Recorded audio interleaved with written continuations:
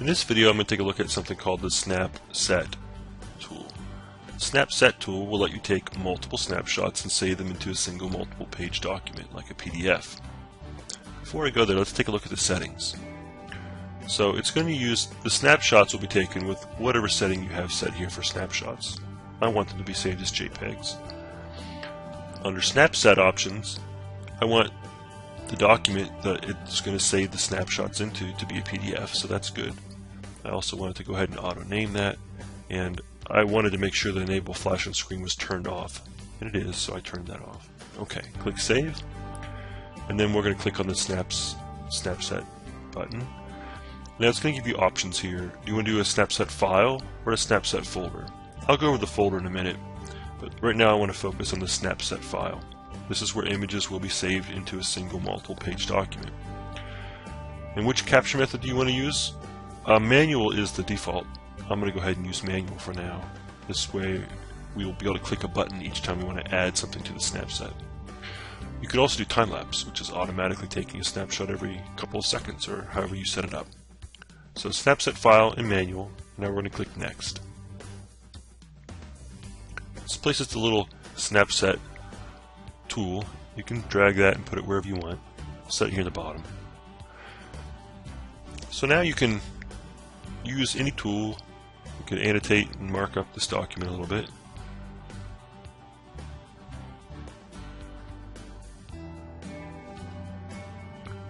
And I'm going to add this to the snapshot. So I just added a snapshot and it says there's one snapshot in my Snapset. Now, let's go ahead and label the nucleus here. And I'm going to click Add Snapshot. Now if I zoom in or pan the image around,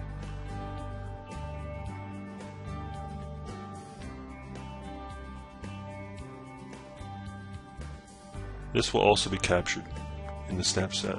So I've zoomed into the nucleus, so I could also even just write it here. Click Add Snapshot, and I'll zoom back out.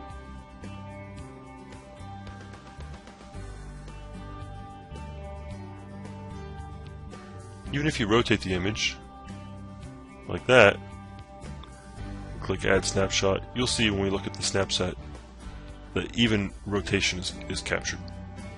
In this case, there'd be no need to do that, but let me get it back up right. There we go.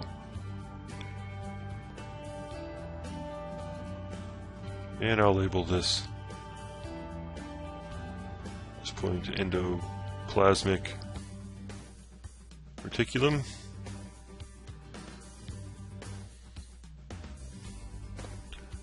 Add snapshot. So when I click the Create Snapset button, it just created this PDF here. When I open it, and then I'll select Fit Width, you'll see there's page 1 is the first snapshot I took, where I just drew the arrows but no labels. And then the second snapshot is the nucleus. And then I zoomed in and wrote on the nucleus. You see that's the third snapshot. There's the one where I rotated it. And the fifth one is where I labeled the endoplasmic reticulum. So you can see that this would be a nice way to keep track of a series of snapshots. So if you were doing a process or a series in the classroom, you could stop or pause at each step and take a snapshot and then save that as a PDF. It's a great way to share it with students who either weren't in class or to share it as a study guide and a review resource later. So that's how you can use Snapsets to create multiple page documents. Okay, as promised, I said I would come back and talk about the Snapset folder feature.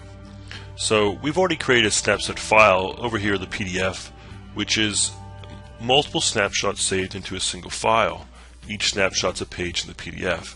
But what if you just want to create a collection of images that you might want to use elsewhere and not have them embedded into a PDF? That's where you'd use the Snapset folder. If I select Snapset folder, I can give the folder a name. So I'm going to go with Animal Cell since that's what I'm looking at under the camera. I'm going to keep with manual mode and click Next. So I have my manual Snapset kind of like button set here where I can add snapshots. So I'm going to go ahead and add a snapshot of my animal cell. You see it says there's one snapshot in the set. Now I can go through and we can talk about, okay, here's snapshot 1 is me pointing to nucleus, snapshot 2 is me pointing to endoplasmic reticulum, there's mitochondria, ribosome. So you can take snapshots of each section, and then when you're done, you click Create Snapset. Now instead of another PDF being created here, what we've got instead is if I go and open, I'll open up my documents or go to my computer and I'll open up my videos folder. And under my videos folder, I've got this folder called Animal Cell that was created automatically when I started my Snapset. And you can see in here are all 5 images that we just took. If I expand this a little bit and make them larger, you can see them. So there's snapshot 1, snapshot 2, snapshot 3, 4, and 5. So you can see how this would be useful as well if you were doing a time-lapse. So you could do a folder with time-lapse, and under time-lapse set that up to take a snapshot every, let's say, 60 minutes, and take, oh, let's see, 24, 48, 72. Let's take 72 hours worth of snapshots, and maybe that would be enough time for us to see the beginning of a seed germination take place, or you can set it up over the weekend and take a snapshot every hour of a chick hatching from an egg in the incubator.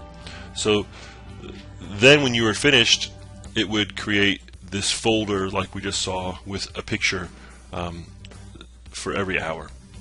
So those are some other ways to use the Snapset feature.